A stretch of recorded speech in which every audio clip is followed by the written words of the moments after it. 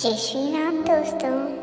आज मैं आपके लिए कहानी लेकर आई हूँ जिसका नाम है मुर्गाबी, कौवा और बुद्धिमान उल्लू। एक बार की बात है, एक जंगल के किनारे ऊंचे पेड़ पर कौवा अपना घोंसला बना रहा था। बनाते बनाते कौवे को यह लगा कि अभी कुछ कमी है। उसने घोंसले के बीच में कुछ सूखी घास रख दी और खाली स्थानों को भी भर दिया। फिर घोंसले को देखते हुए बोला, अब अंडे देने के लिए घोंसला तैयार है। तभी उसने देखा कि नीचे की एक डाल पर एक मुर्गा भी एक अन्य प्रकार का घोंसला बना रही है। उसने डाल पर कुछ छोटी टहनियां बिछाई थी और उन पर गीली मिट्टी का लेप किया था। मुर्गा भी ने बड़ी मेहनत से अपने घोंसले को सुंदर बनाया था। बना हुआ घोंसला एक सुंदर गोल कटोरे की भांति लग रहा था। चिड़िया को भरोसा था कि इसमें सुविधा पूर्वक अंडे दिए जा सकते हैं। उसे यह भी विश्वास था कि अंडों से जब बच्चे निकलेंगे तो उन्हें अपना सुंदर घर देखकर बहुत खुशी होगी। मुर्गा भी ने कौवे से कहा, घोंसला करीब करीब बन चुका है, लेकिन अभी एक कोने में लिपाई और करने की आवश्यकता है। कौवे ने इसे अनावश्यक समझा। वो बोला, मैं घोंसला बनाने पर इतना समय नहीं लगाता। अंडा देने के लिए एक ऐसी जगह चाहिए जहां बिल्ली न पहुंच सके और बच्चों ने कोई हमेशा इस घोंसले में रहना नहीं है। कुछ दिन बाद वे उड़ जाएंगे। मेरे हिसाब से कुछ सूखी टहनियां और बीच में सूखी घास घोंसले के लिए काफी है। ज्यादा समय लगाना अनावश्यक है, पर मेरी सोच अलग है। मुर्गाबी ने कहा, मेरी कोशिश यह है कि मेरा घोंसला सुंदर भी हो और आरामदायक भी, चाहे इसे बनाने में कितना भी समय लगे या परिश्रम करना पड़े। बुद्धिमान उल्लू दोनों की बातें सुन रहा था। उससे रहा नहीं गया और वो कहने लगा, इससे कोई फर्क नहीं पड़ता कि नवजात बच्चे कितने समय तक घोंसले में रहेंगे। घोंसला सभी प्रकार से पूरा होना चाहिए। जो भी काम हम करें, हमें पूरे प्रयास से उसे सुंदर बनाने का प्रयत्न करना चाहिए। अपनी सुंदर रचना को देखकर सदैव एक अद्भुत खुशी महसूस होती है। यह कहकर उल्लू उड़ गया और कौवा और मुर्गा भी उसके कथन पर विचार करने लग गए। जय श्री कृष्णा। राधे राधे। प्रकृति से बेईमानी। एक बार की बात है, किसी नगर में दानवीर नाम का एक व्यक्ति रहता था। उसका नाम और स्वभाव एक जैसा ही था। दानवीर किसी भी सीमा तक जाकर जरूरतमंद लोगों की सहायता करता था। कई गांवों में उसकी जमीनें थीं जिन पर तरह तरह के अनाज उगाए जाते थे। खेतों की देखभाल स्थानीय किसान करते थे। दानवीर केवल अलग अलग भाइयों में फसल की बिक्री का काम करता था। किसानों के प्रति वो बहुत उदार था और सभी को उचित से अधिक फसल का हिस्सा देता था। एक दिन सड़क पर जाते हुए उसकी नजर एक भिखारी पर पड़ी। भिखारी ने साफ कपड़े पहने हुए थे और वो कुछ पढ़ा लिखा भी दिखता था। दानवीर ने उससे पूछा कि वो भीख क्यों मांगता है। भिखारी ने उत्तर दिया कि उसने कई जगह नौकरी के लिए प्रार्थना पत्र दिए थे, पर उसे कहीं भी सफलता नहीं मिली। दानवीर ने उसे एक अवसर दिया और कहा, तुम मेरी एक आदत पर काम करो। जो भी लाभ होगा उसका एक चौथाई तुम रख लेना और शेष मुझे दे देना। युवक राजी हो गया और उसने दानवीर का धन्यवाद किया। अगले दिन वहां मंडी में दानवीर की आदत पर काम करने लगा। युवक ने बहुत मेहनत से काम किया। दानवीर महीने में एक बार भी वहां नहीं आया क्योंकि बिक्री बहुत अच्छी हो रही थी। महीने के अंत में युवक अपने हिस्से का हिसाब लगाने लगा। तभी उसके मन में विचार आया, मुनाफे का केवल चौथाई हिस्सा बहुत कम है। मैंने सारा महीना दिन रात मेहनत की है। मालिक दानवीर तो एक बार भी नहीं आया। सारे मुनाफे का हकदार केवल मैं ही हूँ।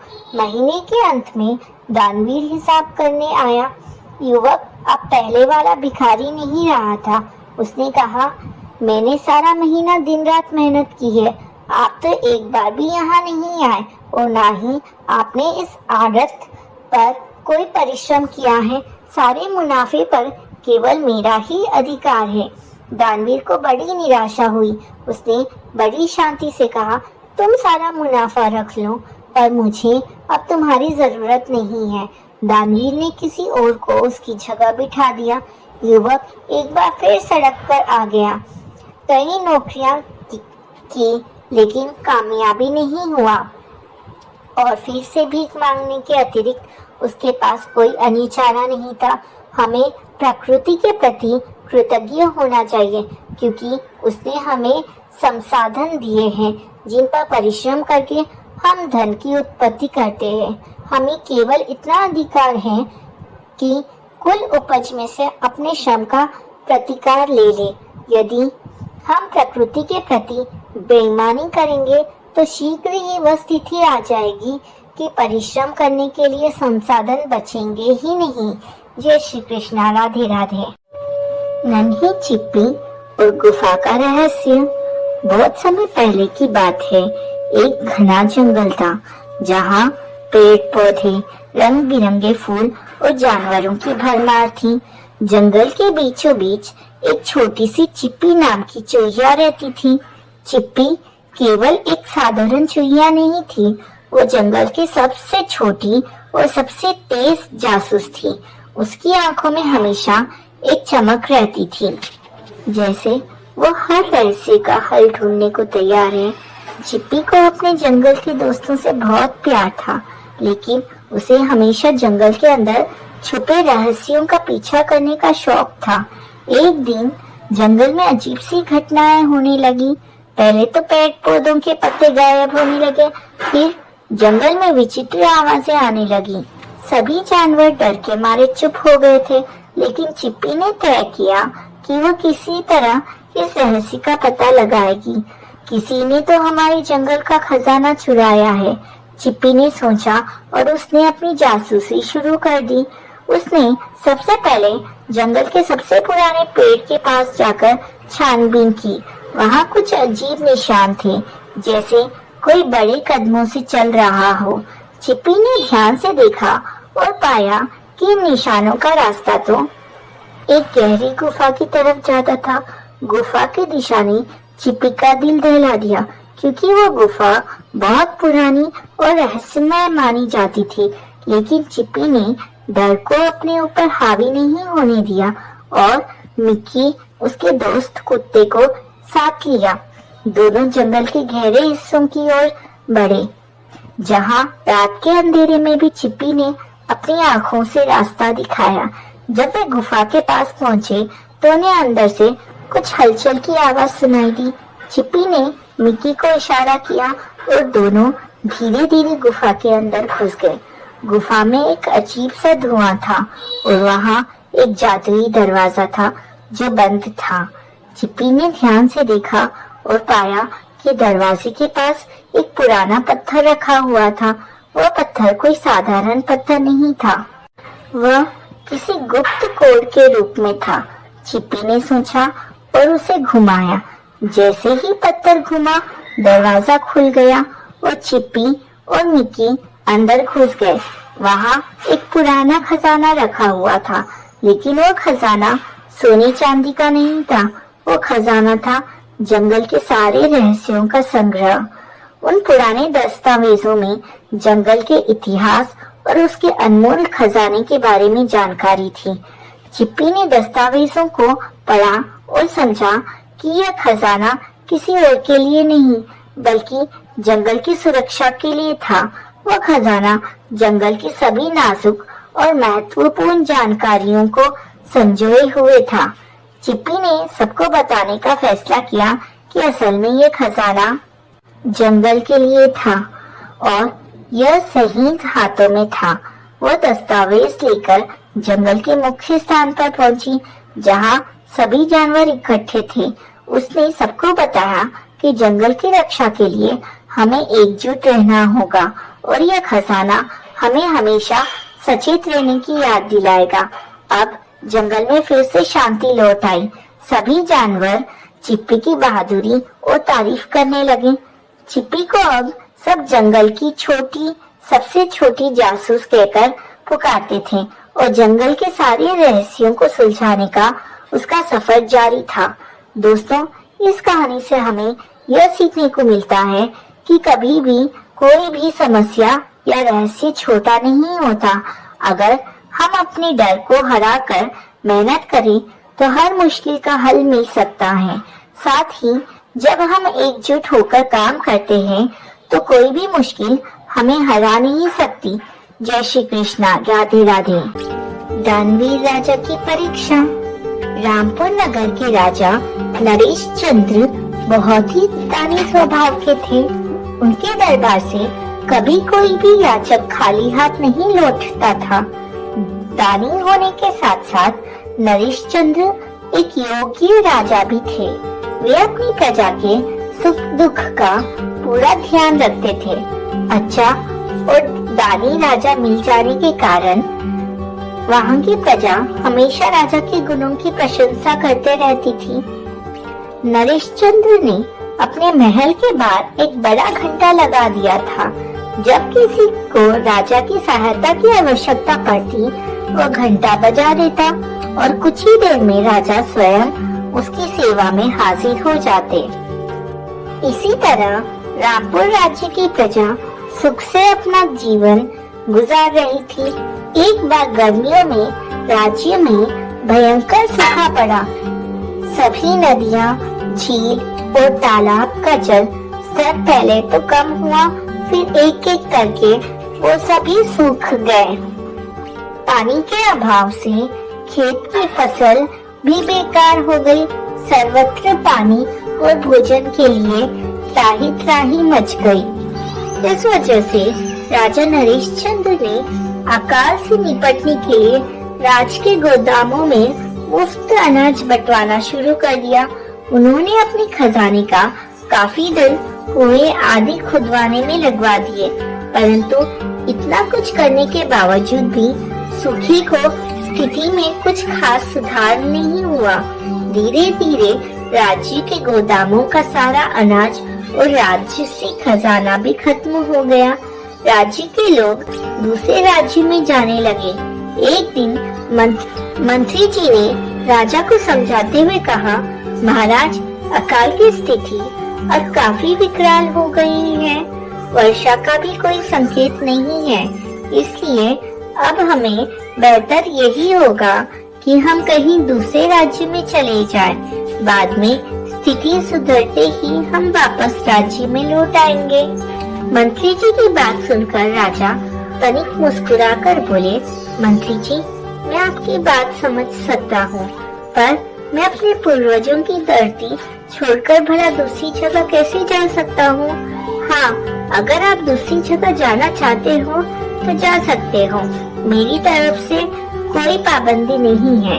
मंत्री जी ने राजा को समझाने की बहुत कोशिश की, पर राजा अपना राज्य छोड़कर दूसरी जगह जाने को तैयार नहीं हुए। धीरे धीरे सारी प्रजा राज्य छोड़कर अन्यत्र चली गई। बस राज्य में केवल राजा नरेश चंद्र और उनके मंत्री जी बच गए। भोजन पानी के अभाव में बड़े कष्ट से उन दोनों का जीवन गुजर रहा था। 2-3 दिनों में एक बार उनको भोजन नसीब होता, कभी कभार वह भी नहीं।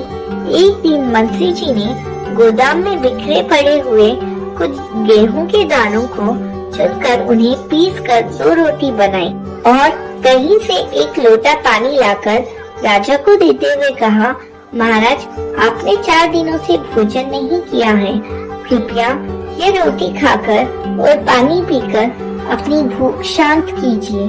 राजा ने एक रोटी ली और दूसरी मंत्री जी को देकर कहा, मंत्री जी, आप भी भूखे हैं, एक रोटी आप भी खाइए। मंत्री जी ने एक ही बार में रोटी खाकर 2 घूंट पानी पिया और शेष जल राजा के लिए छोड़ दिया। राजा नरेश चंद्र ने जैसे ही रोटी का पहला निवाला खाने के लिए मुंह की ओर बढ़ाया, तभी उन्हें बाहर से किसी की करुण आवाज सुनाई पड़ी। आवाज सुनकर राजा चौंक गए।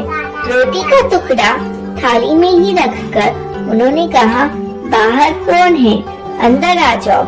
अगले ही पल एक पतला दुबला वृद्ध पुरुष राजा के समक्ष उपस्थित हुआ। उसके तन से कपड़े फटे हुए थे। उस वृद्ध ने अपने कांपते हाथों से हाथ जोड़ते हुए राजा को करुण स्वर में कहा, महाराज, अकाल के कारण मेरे परिवार के सभी सदस्य मुझ वृद्ध को अकेला छोड़कर कहीं दूसरी जगह चले गए हैं। मैंने पिछले कई दिनों से अन्न का एक दाना मुंह में नहीं डाला। कृपया मुझे कुछ भोजन दीजिए। वृद्ध की व्यथा सुनकर नरेश चंद्र ने तुरंत अपने हिस्से की रोटी और पानी उसकी ओर बढ़ाकर कहा, मेरे पास इस वक्त यह सूखी रोटी और थोड़ा सा जल है, इसे ग्रहण कर अपनी भूख मिटाइए। वो सूखी रोटी देखकर वो वृद्ध उस पर टूट पड़ा। राजा ने अपना कपड़ा उतारकर वृद्ध को पहना दिया। भोजन करने के पश्चात वृद्ध ने मुस्कुराकर राजा से कहा, महाराज, मैं कोई वृद्ध नहीं बल्कि भगवान इंद्र हूँ और आपके दानवीर होने की परीक्षा लेने के लिए मैं इस वेश में आकर आपसे भिक्षा मांगने आया। आपके दान के आगे मैं नतमस्तक हूँ। मैंने आपके दानी होने के बारे में केवल सुना ही था, आज परख भी लिया। धनी है आपकी प्रजा जिसे आप जैसा राजा मिला। आज के बाद इस राज्य में कभी सूखा नहीं पड़ेगा।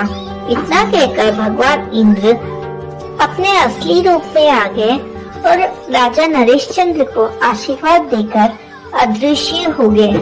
अगले ही पल बादलों की गड़गड़ाहट शुरू हो गई और देखते ही देखते मूसलाधार वर्षा होने लगी। राज्य की सभी नदियाँ, झील और तालाब पानी से भर गए। सभी प्रजा भी राज्य में वापस लौट आई। राज्य में एक बार फिर से पुरानी खुशहाली वापस लौट आई। दोस्तों, इस कहानी से हमें यह शिक्षा मिलती है कि सच्ची दानवीरता और परोपकार में ही सबसे बड़ी शक्ति है। जब आप कठिन परिस्थितियों में भी दूसरों की मदद करते हो तो उसकी सराहना अंततः सच्ची सफलता और आशीर्वाद के रूप में मिलती ही है। जय श्री कृष्णा। राधे राधे। जंगल का भूत। एक बार की बात है, एक गांव में लोकेश अपने पिता के साथ रहता था। उसकी माँ का स्वर्गवास हो चुका था। लोकेश के पिता रामेश्वर उसे पढ़ा लिखा कर बड़ा आदमी बनाना चाहते थे। यही उसकी माँ का भी सपना था, जिसे पूरा करने की कोशिश दोनों बाप बेटे जी जान से करते थे। लोकेश को स्कूल बहुत दूर था, बीच में जंगल पड़ता था। वो सुबह जल्दी उठकर घर से निकलता था और जंगल के रास्ते स्कूल जाता था। एक दिन वो स्कूल से वापस आ रहा था।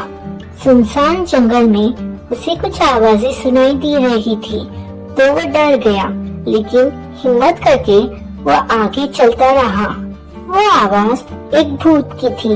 भूत ने कहा, लड़के, कहाँ जा रहे हो?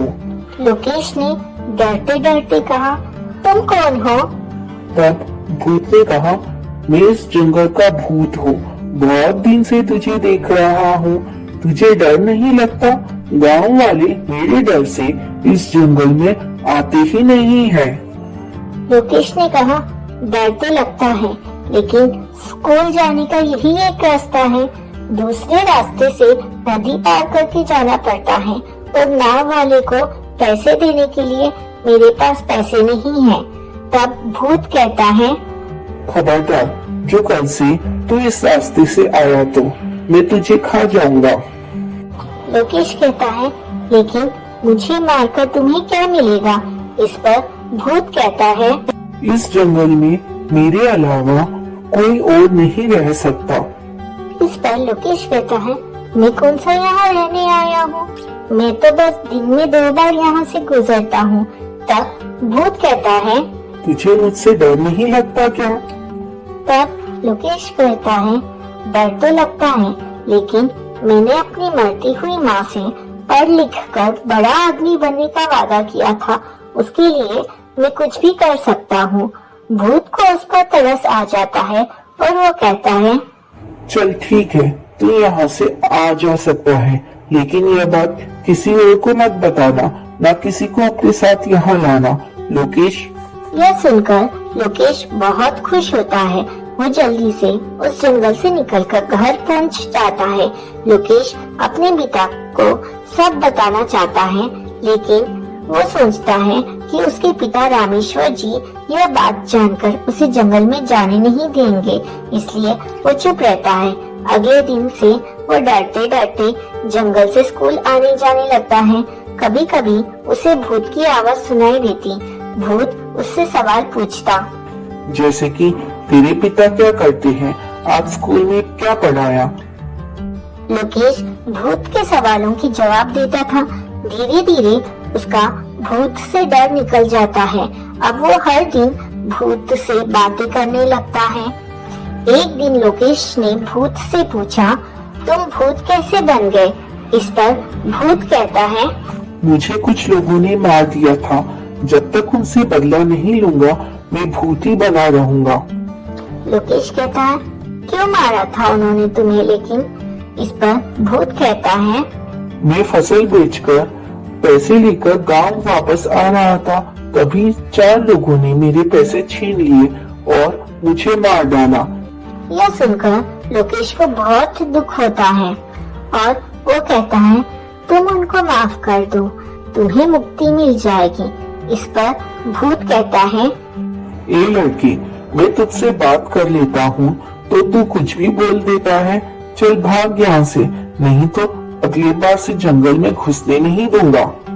इस पर लोकेश कहता है, हमारे मास्टर जी कहते हैं कोई तुम्हारे साथ बुरा करे और तुम भी बदला लेने के लिए उसके साथ बुरा करो तो तुम्हारे में और उसमें क्या फर्क रह जाएगा।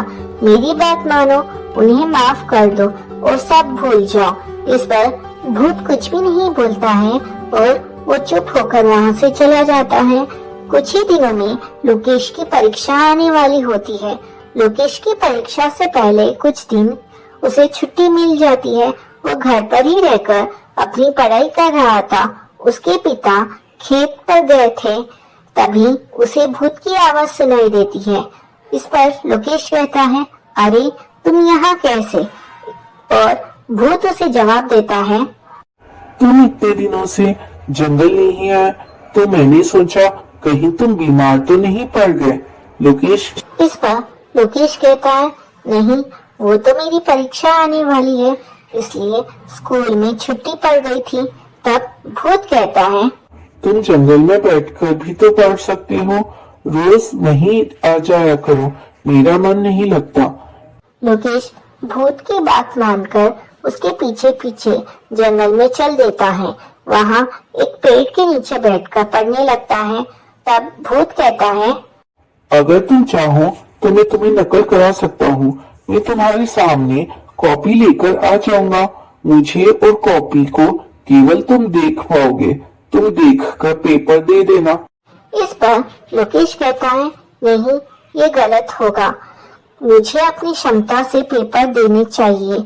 नकल करके मैं कभी बड़ा आदमी नहीं बन सकूंगा। इस पर भूत कहता है, मुझे माफ कर दो, मैं तुम्हारी मदद करना चाहता था। लोकेश कहता है, अगर तुम मदद करना चाहते हो तो सुनो, उन लोगों को माफ कर दो और मुक्त हो जाओ।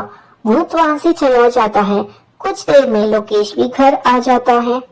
अगले दिन लोकेश के घर पर कुछ लोग आए थे जो उसके पिता से बात कर रहे थे। बाद में ये लोग चले जाते हैं।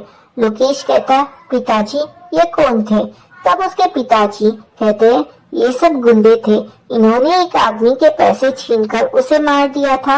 ये बता रहे थे बहुत दिनों से परेशान थे ये लोग, ना खा सकते थे, ना पानी पी सकते थे और ना चैन से सो पाते थे।